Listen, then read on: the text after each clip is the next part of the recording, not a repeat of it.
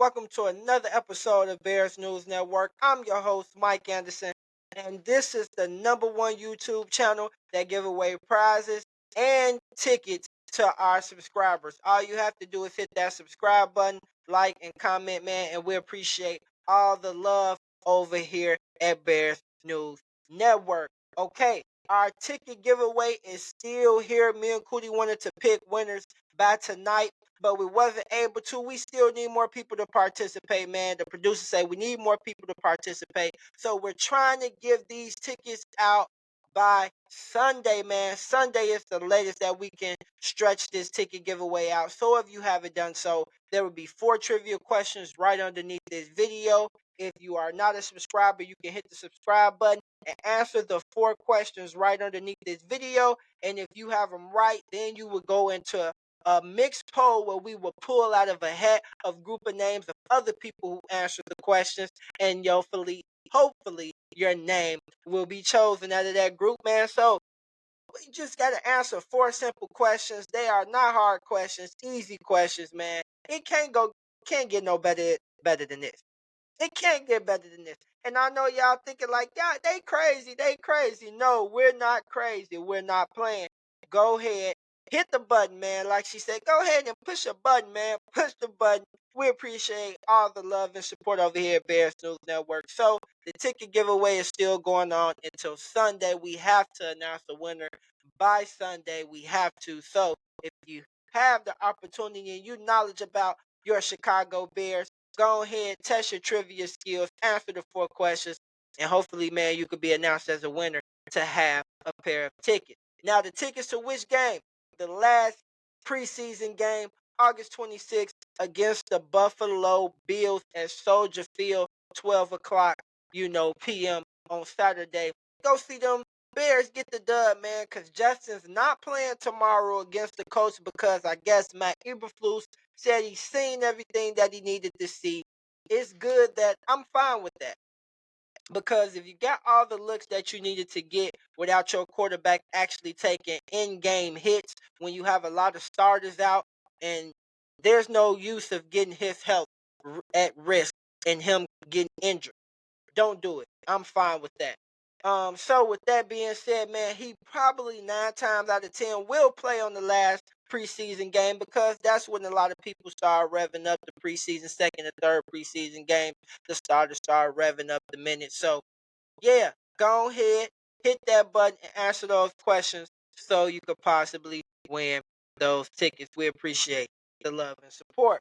Now, this we're gonna talk about in this episode just the joint practices, 5 takeaways that I've seen just throughout joint practices and so far throughout camp, man. Let's talk about first the Wednesday camp. It was an up and down day for Justin Fields. They did have a lot of success, the offense did. But Justin Fields did. It was 2 pick day for him. One of them wasn't really his fault, off the fingertips of Cole Kmet and went into the hands of another defender. But they had an up and down day. But Wednesday, them boys bounced. Thursday, them boys bounced back Thursday. They bounced back Thursday. Thursday was one of the best days of camp that they didn't have, man. Justin Field was on fire, man. He was electric, looking good, making plays, man. And you can just see my #1 key takeaway. I'm gonna go right into it. Is the development of him in the short passing games. His release looks quicker, footwork is better, and we know that he had the deep ball accuracy, but now that deep ball accuracy, he's starting to spread that around. Like he connected with 3 different wide receivers for deep touchdown passes. One of them to DJ Moore, which was a good connection, man. And it's just good to see our quarterback continue to develop. Seem like Luke Getsy, is getting that boy right. Him and quarterbacks coach Janoko, they are working really good with Justin. And I'm just excited to see now that we have a #1 wide receiver and other players that's been on this team that had a full off season and players from last year, and Justin continued development with them. It's just good to see, man. Like I said, he was good in team scrimmage drills and 7-on-7s. He threw 12 touchdown passes. Swift got a video that checks about them at camp and with some highlights. So if you guys go check out Swift Sports Network, good friend of mine, Swift, he had a nice breakdown of talking about camp and everything about that. So go check that video out if you guys haven't done so. And I'm just excited to see the offense, man. Number two key takeaway that I seen also is, man, Valus Jones Jr., man. This guy, last week, Valus Jones had a tough day, man. And I'm not gonna lie, Valus Jones, I would be skeptical still putting him back there behind punts, but that's just my opinion. But like I said, I'm not at every practice, so I can't see everything. So, but the coaching staff obviously believes in him and sees something good, and he had one of his best days at practice, man. He could yesterday on Thursday. One of his best practices probably as a Bear since his coming into the league, and that's just a good sign. Valus know he needs to step up his game, and it looked like that's what he's trying to do, and he's still on the depth chart as our punt returner. So it's good to see Coach Hightower still having a lot of faith in him, and I think the next 2 weeks is going to tell us what all we need to know about Valus Jones Jr. So he knows this next 2 weeks is critical in his career, especially with a lot of starters not playing tomorrow. We'll see what he do tomorrow against the Colts in the game. I'm excited, man. But just wanted to point Valus Jones Jr., having a good bounce back. Number three, the offensive line, man. Our offensive line has the potential to be a top half offensive line in the league, but we can't catch a break for nothing. Like, Nate Davis finally comes back, and now we lose Cody Whitehair. It seemed like every time that we try to get this camaraderie with our offensive line, it seemed like we can't have everybody healthy at the same time. And I don't know if that's a big concern right now because, to be honest, with our backups and our second strings on this offensive line, they have stepped in and done really nice jobs as far as Jatari Carter and Alex Leatherwood and now Doug Kramer going to get the start probably tomorrow for Cody Whitehair, but it's just like I feel like this offensive line, we just can't catch a break, man. And that's one of the things that's been noted that I've noticed, just not from even the joint practices, just but throughout camp in general, that our offensive line health, um, it it's a little questionable right now. But I hope that we can get everybody back and healthy because this offensive line has a lot of potential. Um, if they all can be healthy at one time. Number four, man, let's get into the defensive line, man. Like I said, the defensive line was making plays. I said in my episode a while back, the defensive line was making plays. But now the defensive line has gotten better with the addition of Unique Ngakwe. And then also, man, everybody's been stepping up their game from the second to the third stringers. Well, hell, to the fourth stringers. Everybody's been stepping up their game. And it's good to see, man. And I'm just happy to see that this defensive line was a big question because we was one of the worst defensive line last year, last in sacks, last in defensive pressure rates, and it was just crazy. But now I feel like these defensive line possibly, I don't know if it could be top half in the league, but can it be middle of the pack?